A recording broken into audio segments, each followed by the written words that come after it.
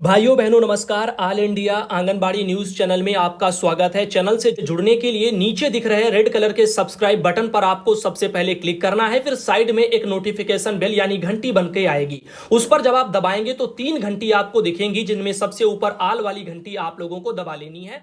आंगनबाड़ी सेविका सहायिका मिनी बहनों, आज सुबह की सच्ची खबरों में आप सभी का स्वागत है। बहनों, वीडियो को पूरा देख करके ही जाना। इसमें कई सरकारी आदेश हैं, जिनमें उत्तर प्रदेश में निदेशालय से जारी एक आदेश जो कि पोषण ट्रैकर के काम की समीक्षा को लेकर के आया है। उम्मीद करते हैं आप उसको बिना देखे नहीं जाएंगी, तो प्लीज पूरा देख लेना। एक एक करके सभी आदेशों को दिखाते हैं। सबसे पहले आपको बता दें कि छुट्टी के संबंध में अभी एक और जिले से सूचना आ गई है, जो कि चंद्रभूषण सिंह हैं जिलाधिकारी, और ये हैं जिलाधिकारी मुजफ्फरनगर के। तो मुजफ्फरनगर में आदेश आया है कि सादर अवगत कराना है कि पश्चिमी उत्तर प्रदेश में विगत 3-4 दिन से वर्षा हो रही है तथा आगामी दिनों में भी मौसम विभाग के द्वारा भारी वर्षा होने की आशंका व्यक्त की गई है, जिसको दृष्टिगत रखते हुए कक्षा 1 से 12वीं तक के सभी शिक्षा बोर्डों के विद्यालयों में आने जाने में अध्ययन करने वाले छात्र छात्राओं और अध्यापकों के आवागमन में उनको परेशानी हो सकती है। तो सुरक्षा की दृष्टि से यह उचित होगा कि दिनांक 23 सितंबर और 24 सितंबर को विद्यालय में अवकाश घोषित किया जाए। तो कल भी अवकाश था, आज भी अवकाश है। तो आज तो है आपका शनिवार, अब ऐसे में 25 तारीख कल है और कल तो है आपका भैया रविवार। तो ऐसे में अब 25 को रविवार अवकाश होने के फलस्वरूप विद्यालयों को अब 26 सितंबर सोमवार से यथावत निर्धारित समय पर खोला जाए। अब इसमें कृपया सहमति की दशा में अवकाश की अनुमति प्रदान करना चाहें तो ये गजेंद्र कुमार जिला विद्यालय निरीक्षक मुजफ्फरनगर के, उन्होंने इस लेटर को वहां पर ये कुछ पहुंचाया गया उनको 23 तारीख को। अभी फिलहाल के लिए मैं कहना चाहूंगा, यहां पर भी आंगनबाड़ी केंद्रों को लेकर के दिशा निर्देश जो है जारी जैसे नहीं दिखे, और ना ही अभी तक किसी भी जिले से बाल विकास विभाग के डीपीओ महोदयों के द्वारा आंगनबाड़ी केंद्रों को बंद करने के ऐलान आए हैं। तमाम जिलों से हमने देखा भारी वर्षा के कारण कक्षा 1 से या नर्सरी से 8 तक के विद्यालय बंद किए गए, लेकिन आंगनबाड़ी को सूचना नहीं मिली। वहीं पर आप देख रहे हैं एक और आदेश आपको दिखाते हैं। शोभा रानी बहन है, मेरठ से आती हैं, जिनके द्वारा योगेंद्र कुमार हैं जिला बेसिक शिक्षा अधिकारी मेरठ के, उनका 23 तारीख वाला एक आदेश भेजा है, और यह आदेश भी जो है आपके अवकाश से जुड़ा हुआ है। लिखा है, जिलाधिकारी महोदय के द्वारा दिए गए निर्देशानुसार 1 से लेकर के 8 तक के समस्त परिषदीय, अशासकीय, सहायता प्राप्त, राजकीय मान्यता प्राप्त विद्यालय में प्रधानाध्यापकों को अवगत कराना है कि अत्यधिक वर्षा होने के फलस्वरूप छात्र हित में कक्षा 1 से 8 तक के समस्त विद्यालय 24 सितंबर यानी आज के दिन यहां पर बंद रहेंगे। उक्त अवकाश की अवधि में ब्लॉक संसाधन केंद्रों पर हो रहे प्रशिक्षण सहित अन्य विभागीय कार्यों का यथावत संपादन किया जाएगा। इन जिले में तो कह रहे हैं बाकी के जो कार्यालय वाले काम हैं वो सब बराबर किए जाएंगे। उक्त आदेश का कड़ाई से पालन जो है कराना सुनिश्चित करें। एक ये जो है मेरठ में लेटर जारी हुआ। अब चलते हैं आगे और आपको मेन जानकारी देते हैं, जो कि उत्तर प्रदेश के हर जिले की आंगनबाड़ी बहनों के काम की ये खबर है। ये लेटर है कार्यालय महानिदेशक राज्य पोषण मिशन उत्तर प्रदेश लखनऊ से जारी, जो 21 सितंबर को अभी अभी निकला था, और ये जिला कार्यक्रम अधिकारी जो प्रभारी हैं जनपद मुजफ्फरनगर के, खास तौर पर उनको भेजा गया है। तो आइए देखते हैं कि यहां पर उनको क्या कड़ी हिदायत दी गई है, जिसके आधार पर आप सब भी अपने अपने जिलों में इन कामों को लेकर के थोड़ा सजगता बरतें। पोषण ट्रैकर ऐप पर फीडिंग से जुड़ा हुआ मामला है। आइए देखते हैं, ध्यानपूर्वक सुनते हैं। इसमें इन्होंने कहा है, कृपया राज्य पोषण मिशन के पत्र दिनांक 24/8/2022 जिसका संदर्भ ग्रहण करने का कष्ट करें, जिसके द्वारा पोषण ट्रैकर ऐप पर लाभार्थी की वृद्धि, निगरानी और आंगनबाड़ी केंद्र की आधारभूत संरचना, इसकी स्थिति से आपको अवगत कराते हुए पोषण ट्रैकर ऐप पर नियमित फीडिंग कराए जाने के निर्देश प्रदान किए गए थे। पोषण ट्रैकर ऐप पर अपने जनपद के अधिकांश आंगनबाड़ी केंद्रों के साथ साथ लाभार्थियों लाभार्थियों का पंजीकरण कार्य पूर्ण कर लिया गया है, जो कि प्रशंसनीय कार्य है। पोषण ट्रैकर ऐप का वृहद स्वरूप है, जिसके माध्यम से आंगनबाड़ी केंद्र पर आने वाले लाभार्थी, इनकी उपस्थिति, इनकी वृद्धि निगरानी, इनका समुदाय आधारित गतिविधियां और आंगनबाड़ी केंद्र की आधारभूत संरचना, अनुपूरक पुष्टाहार, गृह भ्रमण आदि का विवरण भी नियमित रूप से आंगनबाड़ी कार्यकर्ती के माध्यम से पोषण ट्रैकर ऐप पर अंकित किया जाना है तथा इसकी नियमित रूप से समीक्षा परियोजना और जनपद तथा जिला समिति की बैठक में किया जाना है।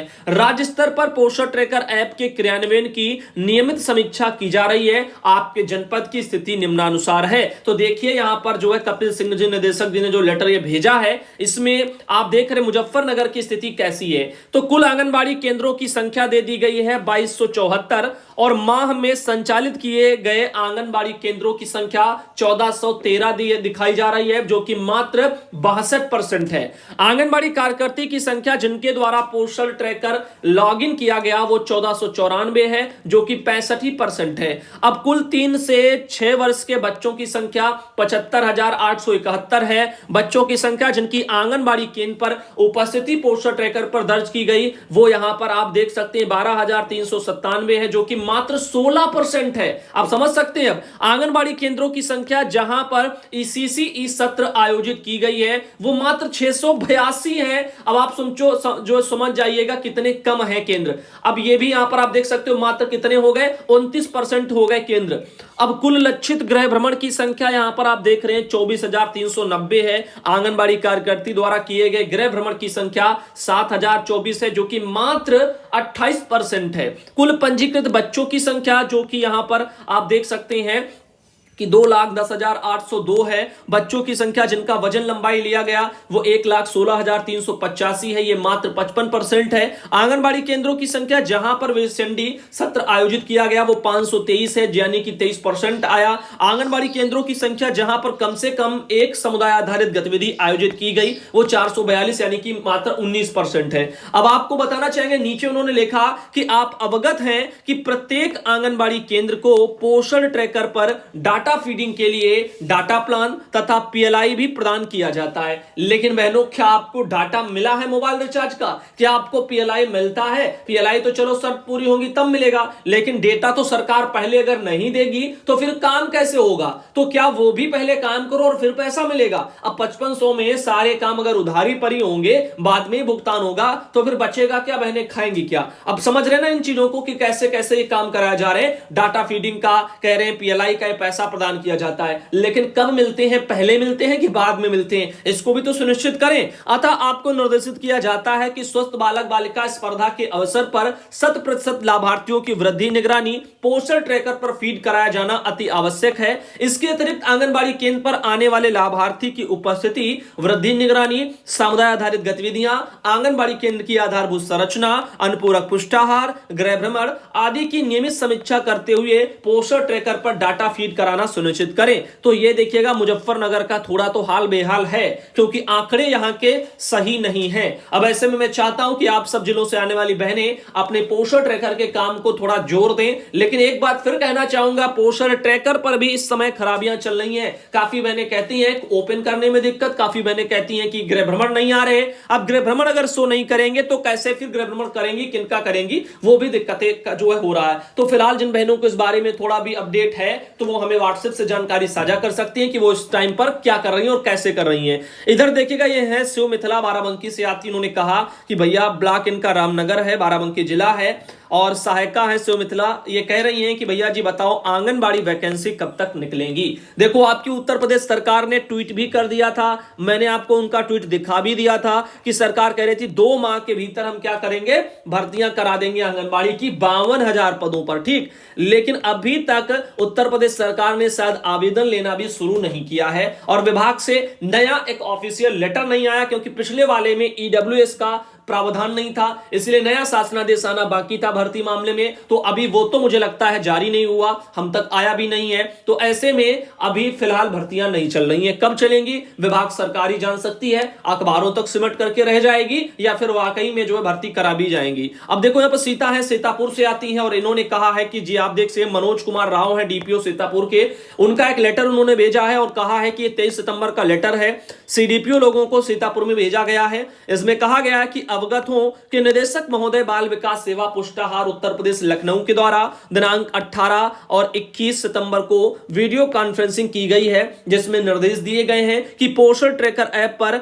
जो लाभार्थी फीड होंगे जिनमें कि 6 माह से 3 वर्ष के, 3 से 6 वर्ष के गर्भवती धात्री, ये सब उन्हीं लाभार्थियों को अगले त्रैमास हेतु ड्राई राशन की डीआई जारी की जाएगी। अगले त्रैमास यानी 3 महीने बाद ही जो है मिल पाता है। तो समझिएगा, मान लीजिए अगर आपने इस महीने फीडिंग की है जिन भी बच्चों की लाभार्थियों की किसी की भी, तो उनको राशन आप इसी महीने या अगले महीने नहीं देंगी, उनको आप 3 महीने बाद देंगी, जो अगले त्रैमास में उनके लिए आ पाएगा। क्योंकि ये जो फीडिंग वीडिंग का सिलसिला है वो त्रैमास के अकॉर्डिंग चलता है। जो भी बजट आता है राशन वासन का, वो अभी जब फीडिंग करोगे तो जब ये वाला पूरा जाएगा तो अगले त्रैमास के लिए तब इसमें जो है आपका बन के आएगा। तो ये अपना 3 महीने वाला लेट वाला काम चलता है, इसीलिए आप लोगों को मैंने सोचा बता दें कि त्रैमास के आधार पर ही आपको मिलेगा। इस महीने फीड करोगे तो अगले त्रैमास वाले जब आएंगे 3 महीने बाद तो उसमें आपको उनको राशन आप दे पाएंगी। इसीलिए अब देखो आपको निर्देशित किया जाता है कि परियोजना के अंतर्गत समस्त संचालित आंगनबाड़ी केंद्रों पर लाभार्थी 100% पोषण ट्रैकर ऐप पर 1 सप्ताह के अंदर अनिवार्य रूप से फीड कराना सुनिश्चित करें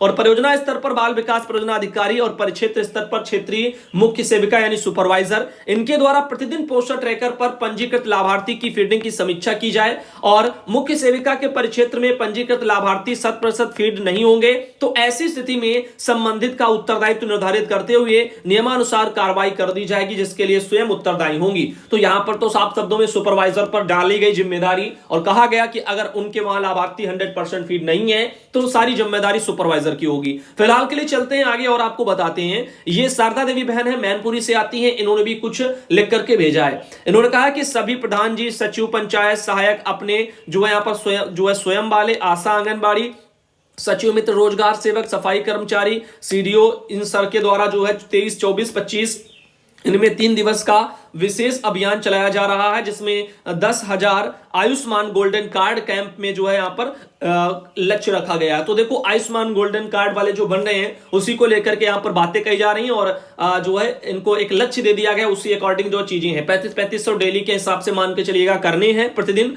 अब ऐसे में ये 10-10 कैंप वगैरह वहां पर लगाए गए होंगे और उसी में ये निर्देश है कि जिसका जिसका सहयोग करने के लिए मैंने आपको बताया उन सबका उसमें सहयोग अपेक्षित है।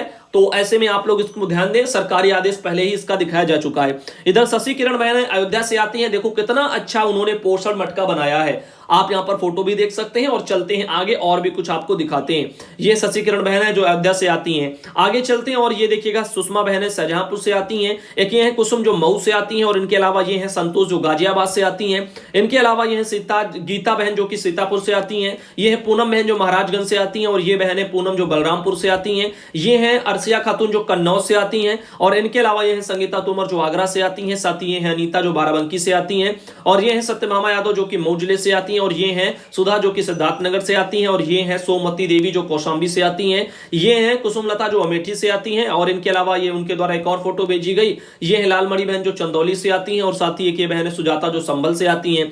इनके अलावा ये ज्योत्सना गुप्ता बहन जो औरैया से आती हैं और ये बहन ममता मौर्य जो बरेली से आती हैं। साथ ही ये मुन्नी बहन जो शाहजहांपुर से आती हैं और साथ ही साथ एक ये शांति जो बलरामपुर से आती हैं। एक ये बहन प्रतिमा जो कि बिहार से आती हैं और बिहार से उन्होंने अपने वहां से एक फोटो भेजी है, साथ ही लिख करके भेजा है कि सुधांशु भैया नमस्ते, मैं बिहार के नवादा जिले से बोल रही हूं। मोबाइल से धात्री महिलाओं को टीएचआर करने पर लाभार्थी हट जाती है, ऐसा सबके साथ हो रहा है या सिर्फ हमारे साथ हो रहा है? आपकी बहन कुमारी प्रतिमा रानी। तो आप सब बहनें बताएं क्या ऐसा करने में ऐसी दिक्कत आप सबके सामने भी आ रही है? अगर आ रही तो हमें जो है व्हाट्सएप से जानकारी भेज सकते हैं और आप अपना एक बार अपडेट भी करके देख लेना, हो सकता है कि अपडेट ना हो तो अपडेट भी चेक कर लेना कि अपडेट तो जो है गूगल प्ले स्टोर पर तो नहीं लगा है, अगर लगा हो तो अपडेट कर लेना। फिलहाल के लिए आज के इस वीडियो को यहीं रखते हैं और अगले वीडियो में आप सब भाई बहनों को फिर मिलते हैं। अभी के लिए फिलहाल के लिए धन्यवाद।